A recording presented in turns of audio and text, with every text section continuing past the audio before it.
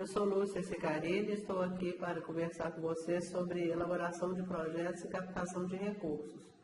Esse é um tema de natureza multidisciplinar, várias áreas do conhecimento estudam, principalmente economia, administração, direito, e eu sei que todos que ouvem têm interesse em elaborar, executar ou mesmo avaliar projetos.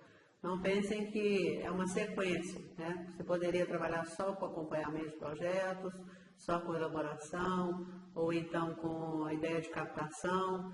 É uma conversa mesmo com múltiplos interesses. Pode ser também que você tenha interesse em simplesmente executar um projeto de natureza social, ou cultural, ou ambiental, ou ele ser diversificado, enfim, para atender um interesse mais geral, até mesmo se alguém quiser criar uma nova empresa, abrir um novo negócio, é possível pensar em projeto nesse sentido como plano de negócio, né? Não vou me aprofundar em cada uma das metodologias e provavelmente vocês vão ficar sentindo falta da ideia de qual site, qual portal, qual autor. Então, é uma conversa inicial e nós podemos depois discutir um pouco mais sobre esse tema numa nova oportunidade. A ideia de gestão de projetos envolve 5 aspectos que eu basicamente vou traduzir ou vou conversar com você sobre os 4 principais, porque a ideia da tipologia do projeto é possível encontrar especificamente em cada uma das áreas. Você vai fazer um projeto de esportes, então você tem que ser uma pessoa especializada, conhecer aquela temática. Você vai fazer um projeto na área de saúde também. Então, vou falar dos 4 aspectos principais, que são o papel do consultor, o projeto em si e sua consistência, os recursos necessários para a sua viabilização e a questão da efetividade dos gastos, né? Lembrando que não adianta eu fazer um projeto bem feito se na hora da execução eu não conseguir comprovar os gastos e cada projeto está ligado ao meu CPF, então faço um, nunca mais faço outro, porque eu não consegui prestar contas de forma eficiente e nunca mais vou ter meu CPF aprovado para executar, para avaliar ou mesmo para elaborar projeto.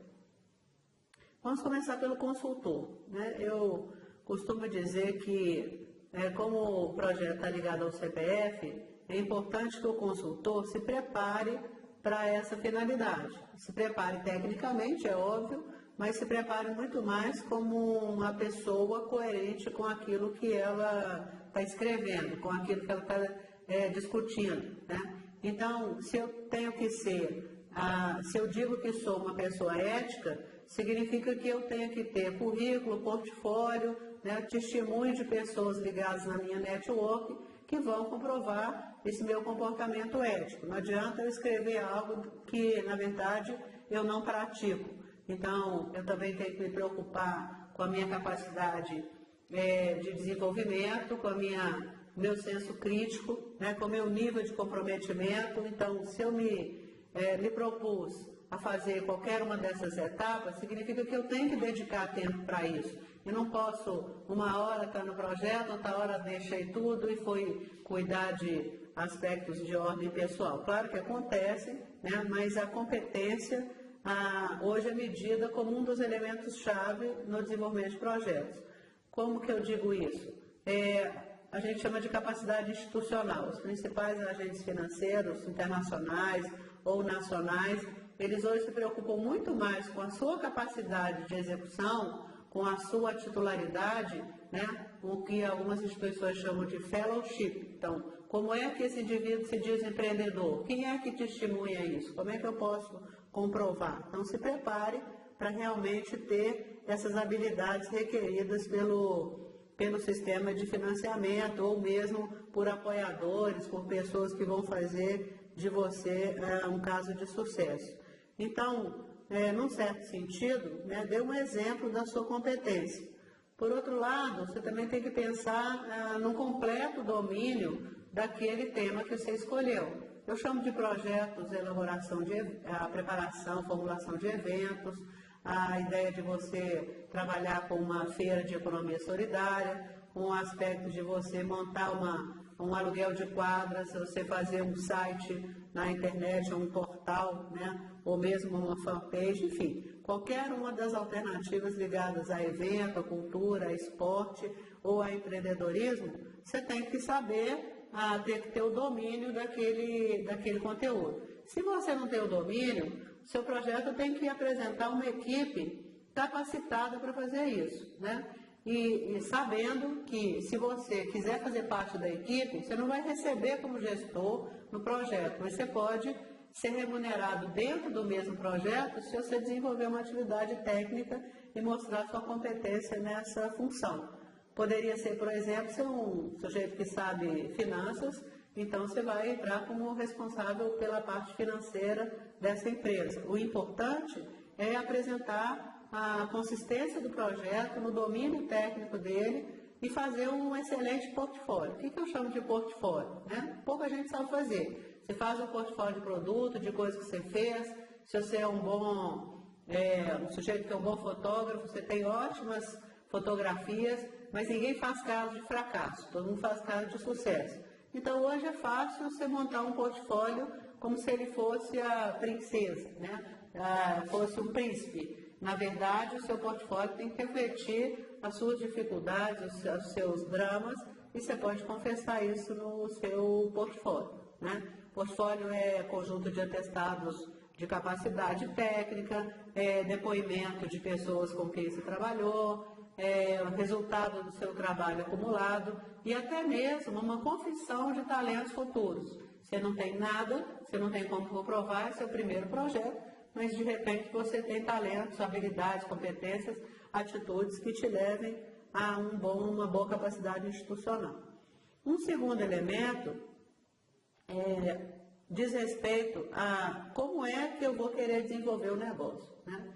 Então, já saímos da ideia de consultor e vamos para a ideia de como desenvolver o negócio. Ponto de partida é o objetivo. O que é o objetivo? O que você quer que aconteça ao final do projeto. O objetivo não é o processo que você vai desenvolver, né? Então, você vai apresentar o nome do seu projeto, o nome da sua empresa ou aquilo que você quer desenvolver e vai dizer assim, olha, se terminasse hoje, o que eu queria no final desse projeto? O que eu vou alcançar? Você vai dizer assim, melhorar a qualidade de vida das pessoas. Ótimo, beleza, todo mundo quer isso. Então, não é uma ideia vaga, uma ideia precisa, né? Eu não vou quantificar, mas eu vou mostrar qual o resultado isso tem. E aí você pode mostrar o resultado para o público de interesse, porque público-alvo não existe mais, né? Público-alvo é aquele que você joga uma seta, como se fosse uma flecha, e vai atingir, vai matar o público-alvo. Então a gente fala hoje que é público de interesse. Então você vai escolher esse público de interesse e vai definir meu objetivo em relação a esse público de interesse, meu objetivo em relação à comunidade que está atingida por aquele projeto e também a sociedade em geral, né? E muitas vezes até mostrar para o governo que você é um coadjuvante no processo de política pública se estiver pretendendo captar recursos de ordem política pública.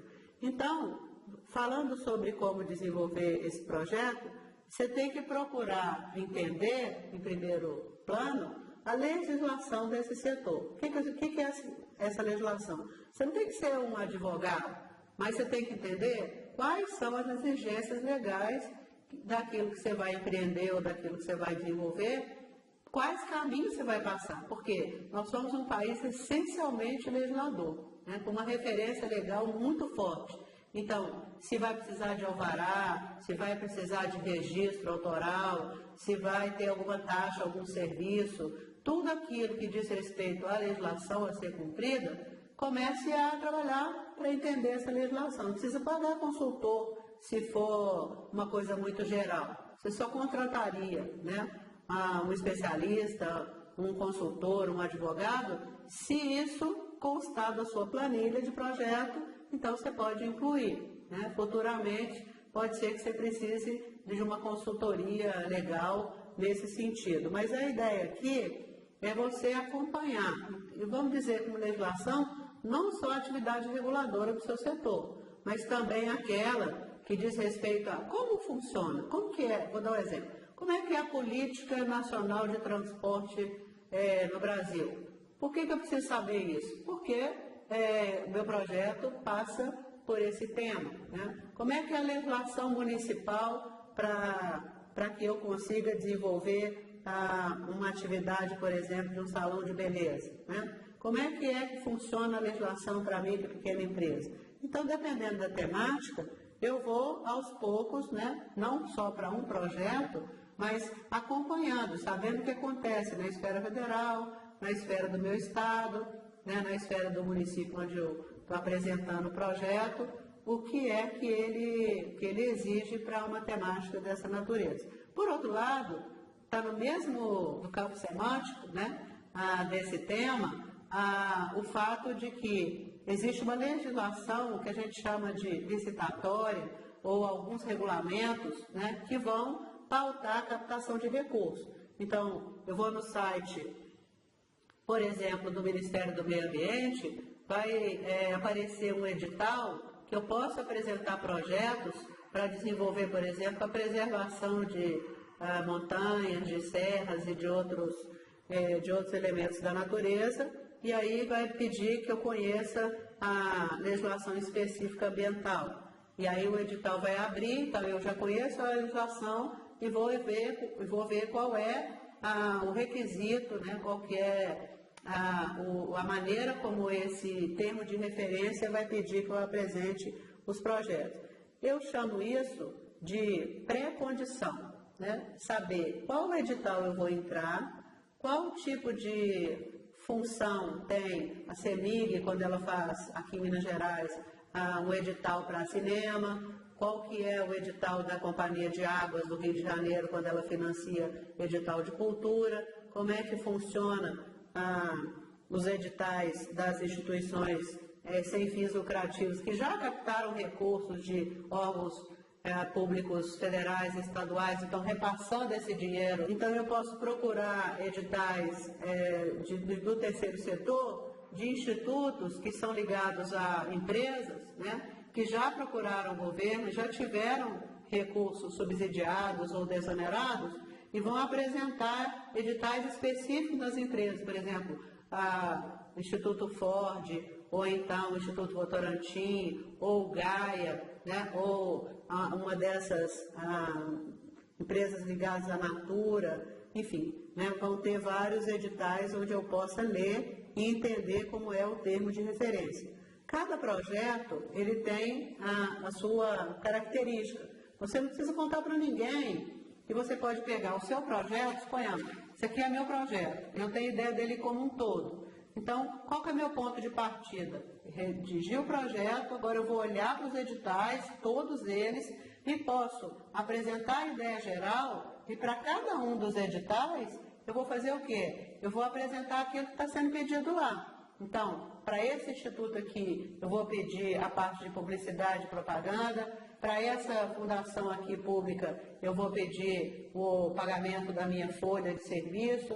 Para esse outro aqui, eu vou pedir apenas o transporte e vou contando, né, além da minha receita própria, de onde é que eu estou tirando recursos de outras fontes. Pouca gente faz isso. Então, apresenta um projeto inteiro a uma instituição, a instituição diz, não financio isso, não financio aquilo, não financio aquilo outro, e aí meu projeto vai para a gaveta. A ideia não é essa. A ideia é você ter, né, conhecimento, competência, condição de elaborar, de executar seu projeto e vai apresentar ele no todo, mas também vai dizer para cada um dos agentes qual é a sua intenção em relação a ele e qual é o benefício desse projeto para ele.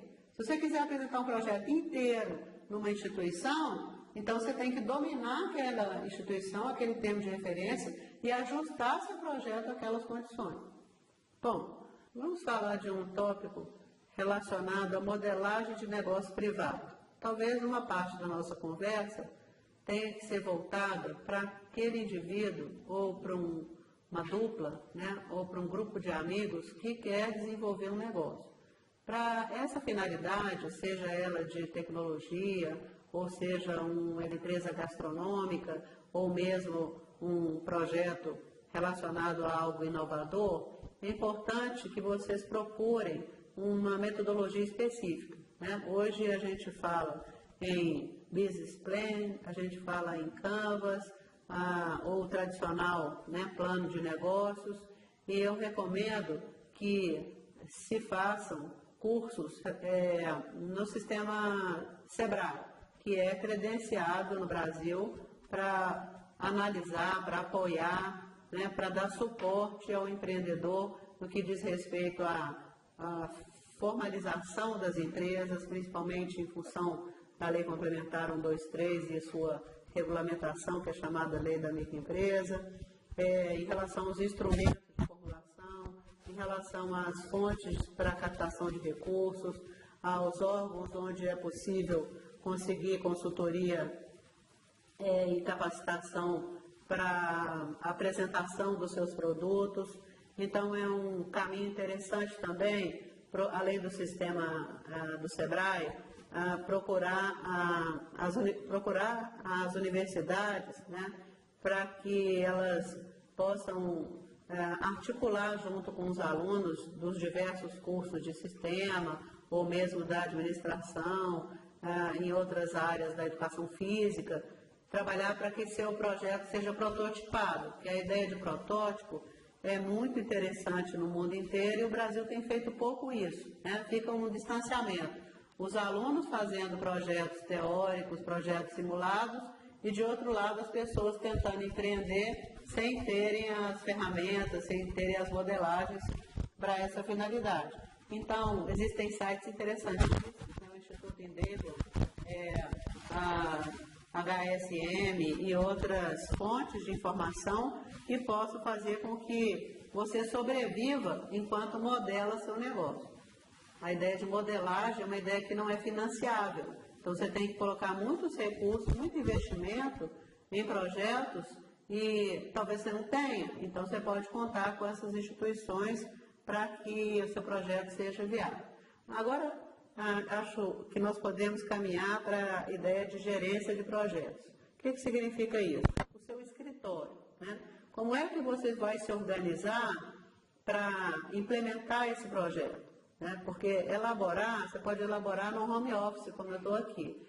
Mas para executar, talvez você tenha que ter algumas outras iniciativas, né? Para que esse escritório entre aspas, que não precisa ser exatamente um escritório tradicional, para que ele funcione.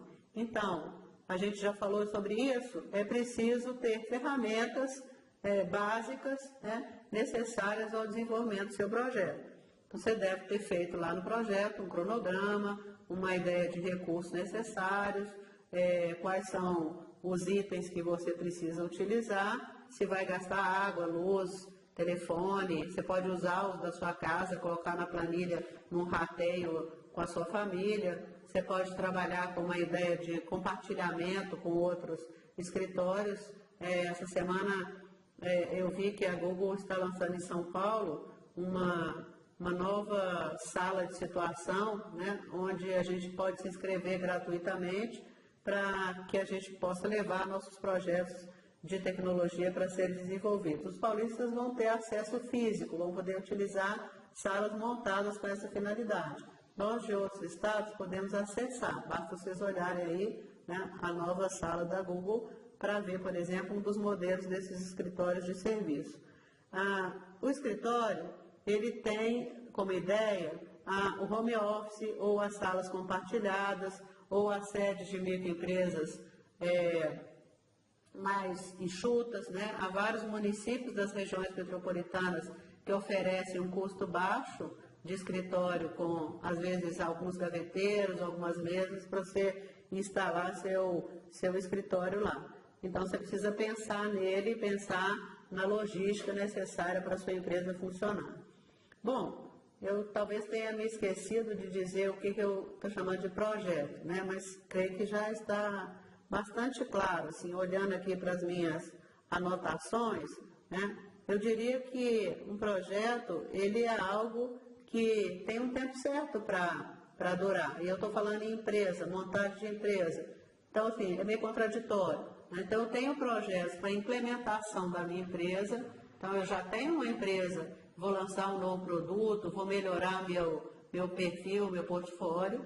Eu estou criando uma nova empresa, eu estou desenvolvendo um projeto que, na verdade, não precisa ter empresa, pode ser simplesmente meu CPF para desenvolver como empreendedor individual. Então, nesse conceito, né, a ideia de capacidade institucional, que eu já comentei com vocês, ela é importante, e a ideia de sede perde um pouco a finalidade. Voltando então, se vocês entenderam, né, qual que é individualmente, o que cada um pode buscar, vamos repassar o que o outro lado pensa da gente. Então, o que ele quer? O outro lado significa o agente financeiro, pode ser o Ministério, uma Secretaria Nacional, né, pode ser uma instituição estadual ligada a algumas das secretarias de Estado, pode ser uma secretaria municipal, como podem ser as autarquias, as fundações, as empresas públicas, a sociedade de economia mista, as organizações não governamentais ligadas às empresas e os institutos mesmo sem finalidades lucrativas.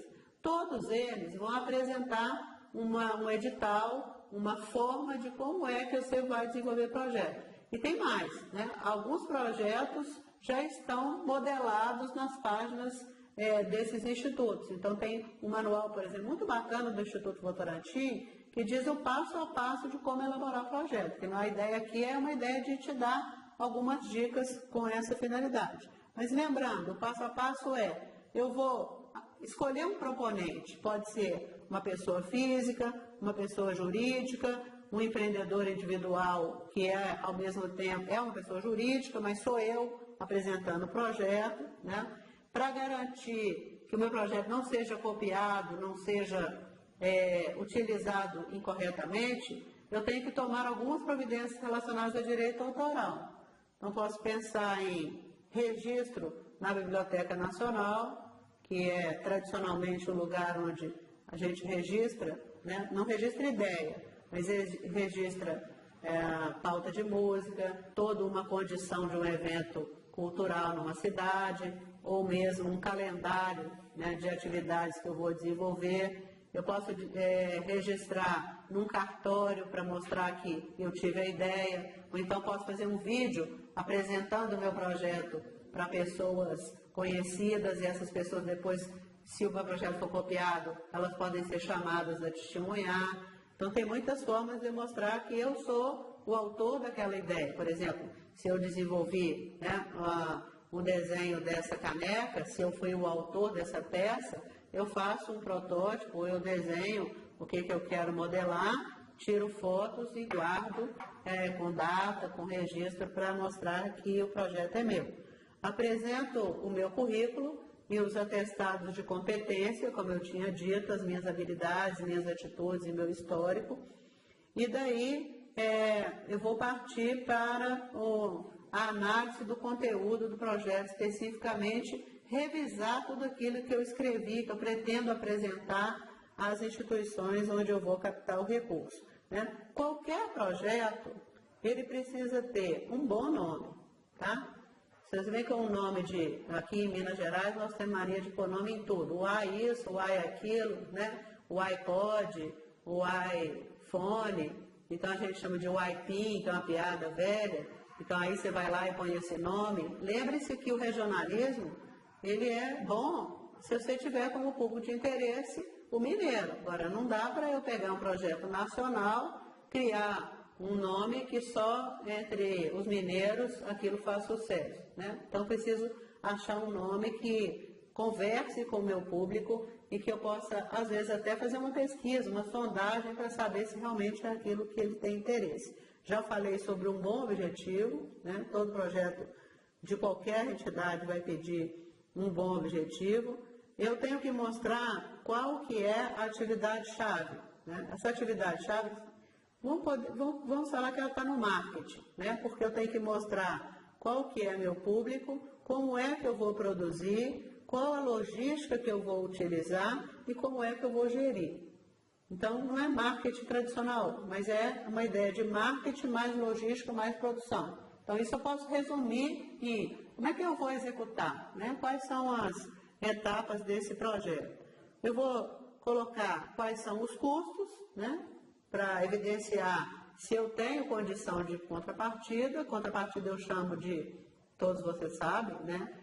Algumas coisas que eu tenho para mostrar que eu posso pagar, eu tenho terreno, eu tenho a sala, eu tenho água, eu tenho luz, tenho telefone, posso bancar o início das minhas vendas até eu conseguir resultado financeiro a esse respeito.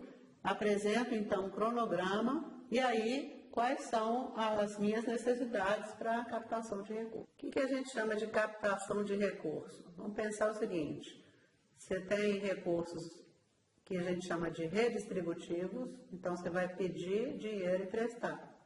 Então existem fundos, bancos de desenvolvimento, instituições bancárias que vão financiar seu projeto, vão financiar sua empresa com subsídio do governo.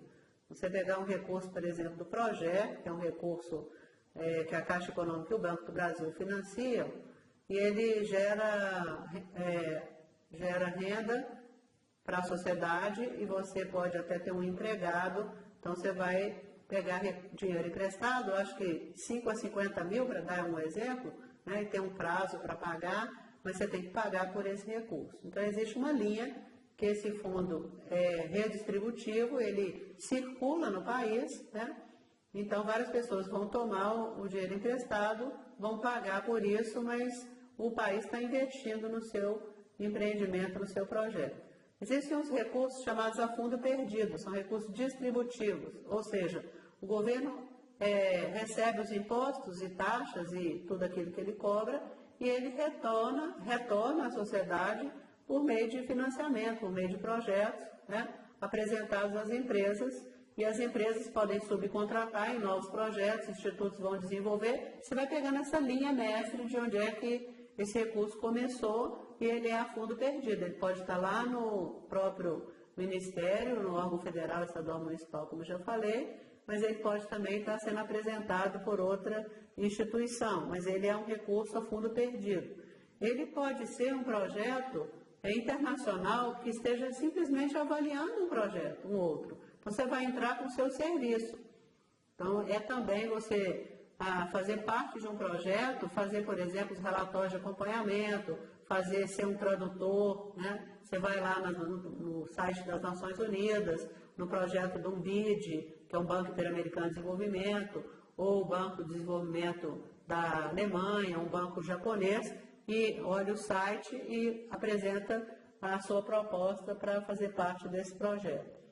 Um dos parceiros estratégicos também na captação de recursos, como eu disse, é o SEBRAE na elaboração, mas poderia ser o SENAI, o SENAC, o SESC ou o Sistema da Federação das Indústrias, que tem um papel fundamental, né, eles têm um papel fundamental na captação de recursos e no fornecimento de suporte técnico para o desenvolvimento desses projetos.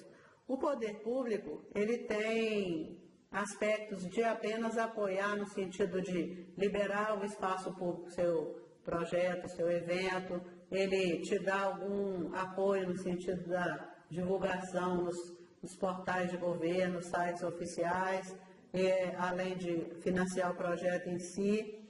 Os institutos do terceiro setor, eles trabalham com captação de recursos no sentido de disponibilizar tecnologia e conhecimento, como eu disse. E as redes sociais, elas são, na verdade, uma grande ferramenta, né, de divulgação, de captação. Você pode desenvolver um portal, você pode ir para uma dessas tecnologias abertas para apresentar seu projeto e buscar pessoas, até pessoas físicas que querem desenvolver seu projeto. Vou dar um exemplo do Fundo da Infância e da Adolescência. Você apresenta um projeto do FIA, em qualquer um dos conselhos municipal, estadual ou federal, empresas que podem destinar imposto de renda, ou pessoa física que pode destinar imposto de renda, podem financiar seu projeto.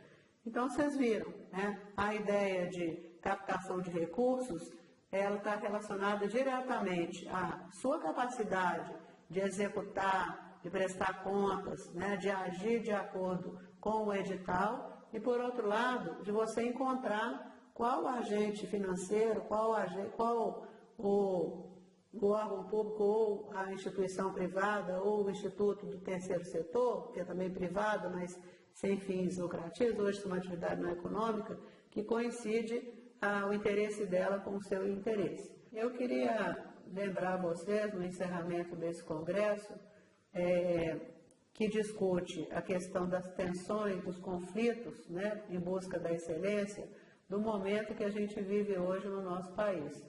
Todas as fontes de informação, todos os dirigentes públicos e privados, todas as pessoas nas famílias, todo mundo preocupado com a crise. A crise sempre existiu, sempre vai existir, e a gente tem que trabalhar sob, né, o aspecto de vencer a crise, né, ou com foco em vencer a crise.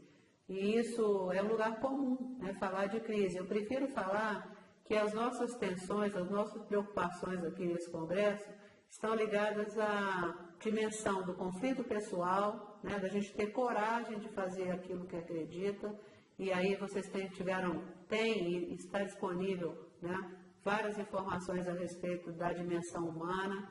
Por outro lado, a dimensão tecnológica, a dimensão de ferramenta, a dimensão metodológica, também a gente tentou apresentar nesse aspecto, e a questão relacionada à dimensão política, à dimensão econômica, à dimensão macro dessa crise, pensem assim, olha, ela está aí, tem pessoas responsáveis por ela, eu estou inserido nela, vou fazer análise de ambiente externo, vou procurar entender os aspectos mais gerais, mas não vou surtar em função da crise macroeconômica ou em função da crise política. O meu papel nessa vida, nesse momento, né, é cuidar da minha família, cuidar da dimensão pessoal, é cuidar do meu bairro, é participar das discussões, me envolver, mas no limite do meu tempo, da minha disponibilidade. Muito obrigada a todos e até a próxima.